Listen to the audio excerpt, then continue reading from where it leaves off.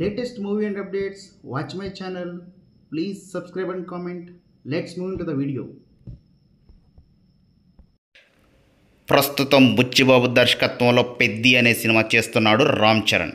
శరవేగంగా షూటింగ్ జరుపుకుంటున్న ఈ సినిమా వచ్చే ఏడాది మార్చి 27న రిలీజ్ కానుంది. ఇక ఈ సినిమా తర్వాత రంగస్థలం లాంటి విజయాన్ని ఇచ్చిన దర్శకుడు సుకుమార్తో RC-17 ప్రాజెక్ట్ చేయబోతున్నాడు.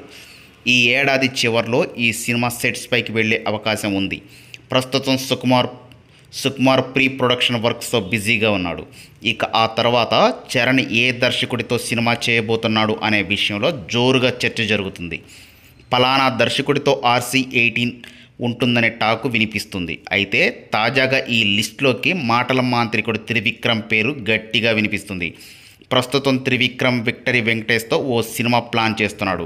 ఈ ప్రాజెక్ట్ని చరణ్తో కలిసి మల్టీ స్టారర్గా చేసే ఛాన్స్ ఉందని వార్తలు వస్తున్నాయి. కానీ ఇప్పుడు త్రివిక్రమ్తో RC-18 చేయబోతున్నాడు రామ్ చరణ్. ఇప్పటికే ఈ చిత్రం విషయంపై చర్చలు జరిగినట్లు తెలిసిందే.